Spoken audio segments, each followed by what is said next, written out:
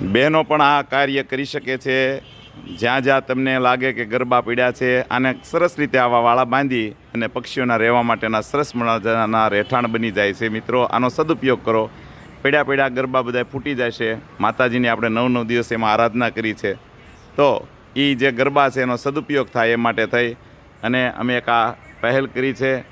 તો તમે પણ આવું કરો, જેથી કરીને એ ગરબાનો સદુપયોગ થાય અને પક્ષીને રહેવા માટેના રહેઠાણ થાય।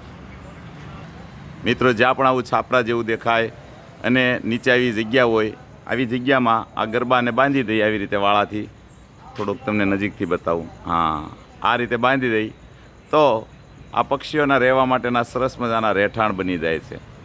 કાંઈ કરવાનું નથી, ગરબાને સરસ મજાનો વાળા લાવી બાંધી દેવાના અને પછી આવું જ્યાં જ્યાં ફરજા હોય, જ્યાં જ્યાં આવા છાપરા હોય એની નીચે જ્યાં એમ લાગે કે અહીં પક્ષીઓ સરસ રીતે રહી શકે એમ છે, ને આ રીતે બાંધી દો।